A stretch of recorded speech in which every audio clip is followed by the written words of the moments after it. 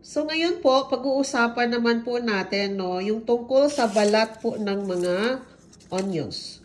Alam niyo po, wag po nating itapon yan. Kasi po, napakataas po niyan sa vitamins. Katulad na lang halimbawa ng vitamin A, C, and E.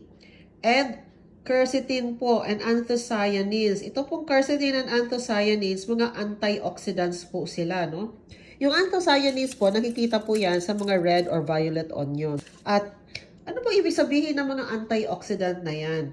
Yung mga antioxidant po, they bind to neutralize what we call free radicals. At yung mga free radicals na yan, yun po yung mga unstable molecules na sinisira po or dinadamage po yung ating pong mga cells sa ating katawan.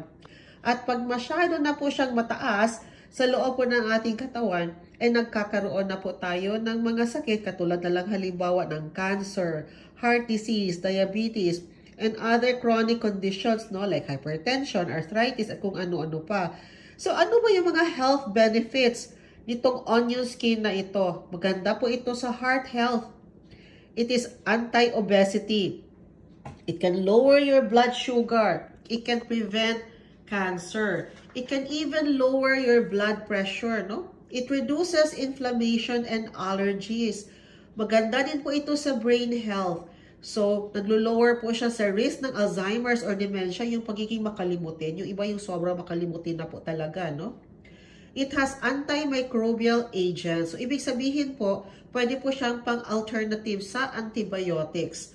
It has anti-aging properties. So, nakakaganda po ito ng ating balat and it can prevent our skin from sun damage. It contains tryptophan.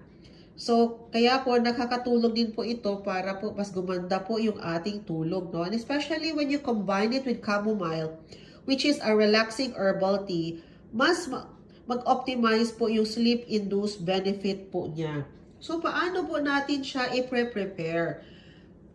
Para lang po tayong umiinom ng tsaa. So, iboboil lang po natin yung ating water. And then, you can also dry under the sun or i-dehydrate po natin sa ating air fryer, no? At pagkatapos po ay ipapowderize na po natin yan. At pwede po natin siyang i-add for extra nutrition doon po sa ating mga soup or sa ating mga stews. Or kaya pwede din po siya i-apply externally. Paano ba siya i-apply externally? Di ba may powder na po tayo. Gagawin lang po natin doon sa powder. Lalagyan po natin ng konting tubig at ilalagay po natin doon sa affected na area. Kung saan po may pigsa, kung saan po may kate, kung saan may fungal infection. Kahit sa pimples po, pwede pong ilagay yun or pwede mong gawing face mask para po gumanda po yung ating balat. Kaya huwag niyo po itapon yan. Pumunta po tayo sa palengke at kunin na po lahat yung mga onion skin na yan.